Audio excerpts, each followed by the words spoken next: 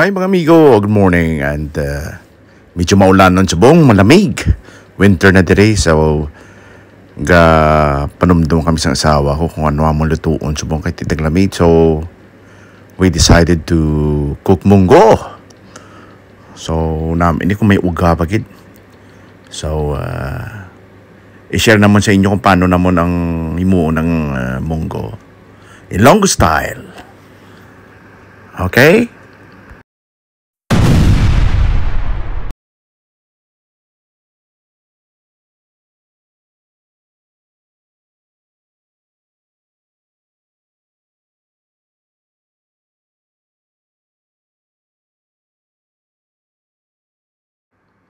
Ari mga ingredients: nangka or jackfruit, baboy o pork, bagoong or shrimp paste,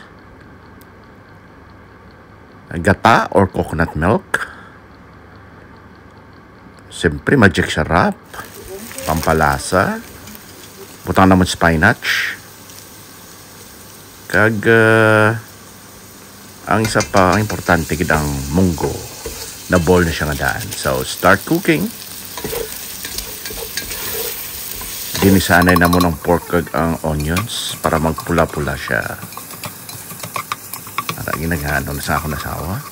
Very nice. Looks good. So ginaan na mo ang shrimp paste. After magpula-pula ng baboy, simple lang. Lutong bahay.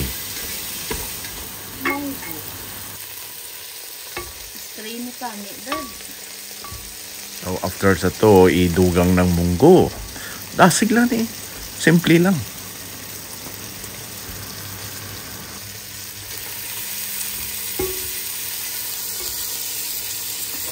Tapos lugay-lugayon naman para magsamok. Para magandang iyang sabor pala.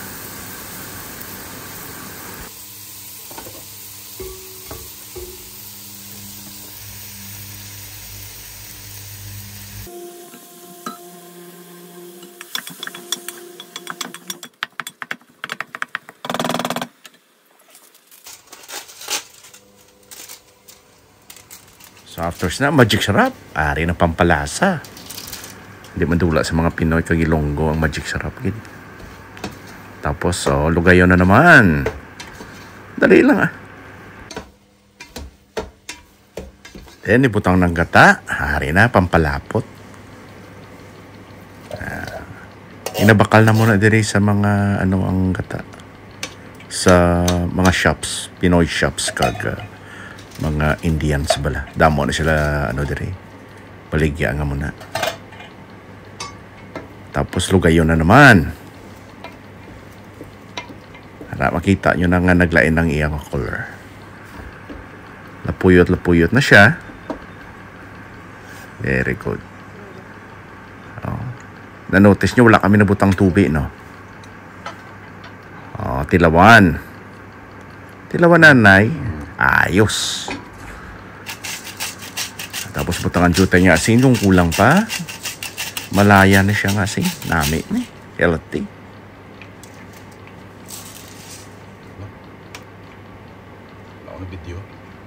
Then, ginlunod ng nangka.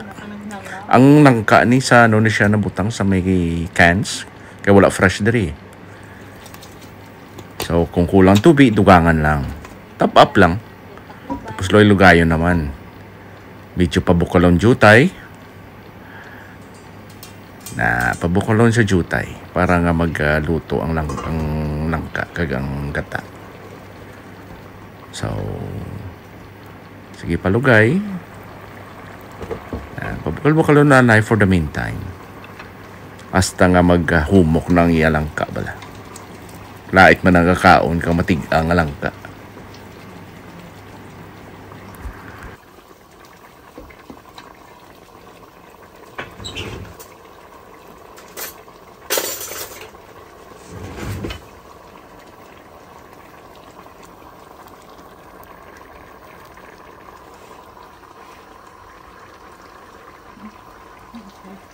Okay nang langka. Soft na. So finally butang na ang ang spinach. Amula na mo na butang dire. Improvise lang. Improvise lang siya. Daya. Tapos lugayon na naman. Actually, hindi mo na dapat lugayon eh. Kaya maluto lang ni siya nga ano eh. Medyo iano mo na lang siya. I-low fire mo na para nga maluto na. Parangay kung sa Ilonggo pa. O, ara na. Wala! Bon appetit! Ayos na. Walang dugay ah. Oh, lantawa bla. Simple lang ang luto. Lutong bahay. So, ari na nga mo nga linuto. Yes!